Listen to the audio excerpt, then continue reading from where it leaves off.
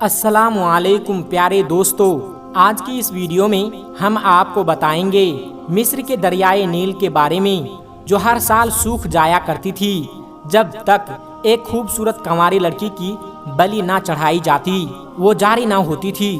پورا واقعہ ہم آپ کو تفصیل کے ساتھ بتائیں گے، بس آپ اس ویڈیو کو پورا آخر تک ضرور دیکھتے رہیے گا اور جلدی سے اس ویڈیو کو ایک لائک کر کے چینل کو سبسکرائب ضرور کر لیجئے گا، کیونکہ ہم آپ کے لیے بہت ہی پیاری پیاری ویڈیو لاتے رہتے ہیں۔ پیارے دوستو، مصر کا دریائے نیل ہر سال سوکھ جایا کرتا تھا، اور جب تک ایک کنواری اور خوبصورت لڑکی کی بھیٹ نہ لے لیتا، ایسے ہی سوکھا رہتا تھا۔ یہ سلسلہ بہت سالوں سے چلتا آ رہا تھا۔ اس وجہ سے مصر کے لوگ بہت زیادہ پریشان بھی ہو گئے تھے کہ ان کو ہر سال ایک کنواری لڑکی کی بلی دینی ہوتی ہے، کہ ہر سال دریائے نیل سوکھ جایا کرتی تھی، جس وجہ سے وہاں رہنے والے لوگ ایک کنواری اور خوبصورت لڑکی کو ڈھونڈ کر اس کی بلی دیا کرتے تھے۔ پھر اس کے بعد وہ دریائے نیل پھر سے چالو ہو جایا کرتی تھی، حتیٰ کہ حضرت عمر فاروق اعظم رضی اللہ تعالی عنہ کا زمانہ بھی آ گیا، جب مصر فتح ہو گیا اور حضرت عمر بن عاص رضی اللہ تعالی عنہ وہاں کے گورنر مقرر ہوئے۔ کچھ عرصہ کے بعد حضرت عمر بن عاص رضی اللہ تعالی عنہ نے سنا کہ دریائے نیل پھر سے سوکھ گیا ہے۔ آپ نے لوگوں سے پوچھا، کیا ہر سال یہ دریا اسی طرح سے سوکھتا ہے؟ لوگوں نے بتایا، ہاں حضور، ہر سال اسی طرح سے دریا سوکھ جاتا ہے، اور جب تک ہم ایک کنواری اور خوبصورت لڑکی کی بلی نہ چڑھا دے، یہ جاری نہیں ہوتا۔ گورنر صاحب نے فرمایا، ہر سال ایک لڑکی کا خون ناحق قتل، اسلام میں اس کی کوئی اجازت نہیں، کسی بے گناہ کو قتل نہیں ہونے دیں گے، تم لوگ صبر کرو، دیکھو اللہ تبارک و تعالی کیا کرتا ہے۔ پھر آپ نے ایک چٹھی مدینہ میں حضرت عمر رضی اللہ تعالی عنہ کو لکھے، جس میں دریا کے سوکھ جانے اور ہر سال ایک کنواری لڑکی کے خون کا پورا واقعہ لکھا ہوا تھا۔ ان کا یہ خط جب حضرت عمر فاروق اعظم رضی اللہ تعالی عنہ کی خدمت میں پہنچا، تو اسی وقت آپ نے ایک خط دریا کے نام اور ایک خط گورنر کے نام لکھا۔ جو خط دریا کے نام لکھا ہوا تھا، اس میں یہ لکھا ہوا تھا، خط اللہ کے بندے عمر بن خطاب کی طرف سے دریائے نیل کے نام ہے۔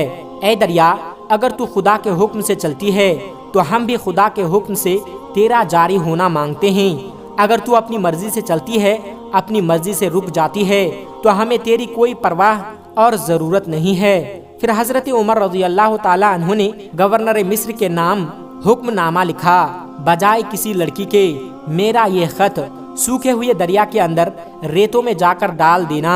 امیر المومنین حضرت عمر بن خطاب رضی اللہ تعالی عنہ کا یہ خط، یہ انوکھا ارشاد سن کر سارے مصر میں دھوم مچ گئی۔ لاکھوں آدمی یہ منظر دیکھنے کے لیے جمع ہو گئے۔ مجمع کاشی کے ساتھ گورنر مصر حضرت عمر رضی اللہ تعالی عنہ کا خط لے کر دریائے نیل کے پاس پہنچ گئے۔ پھر دریا کے اندر جا کر حضرت عمر کا یہ حکم نامہ ڈال دیا، پھر وہاں سے باہر چلے آئے۔ چند لمحوں کے بعد دریائے نیل اپنے آپ اتنی زور سے جاری ہوا کہ کبھی بھیٹ لے کر بھی ایسا جاری نہ ہوا تھا، اور اس سال ہر سال سے 6 گنا پانی اونچا تھا۔ پھر اس دن سے ایسا جاری ہوا کہ آج تک بند ہونے کا نام ہی نہیں لیا۔ پیارے دوستو، حضرت عمر فاروق رضی اللہ تعالی عنہ اللہ کے نبی حضرت محمد صلی اللہ علیہ وسلم کے سچے عاشق اور غلام ہیں۔ یہی وجہ ہے کہ دریا، درخت، پہاڑ، جنگل، مٹی، آگ، پانی، چرند پرند سب آپ رضی اللہ تعالی عنہ کی بات مانا کرتے تھے۔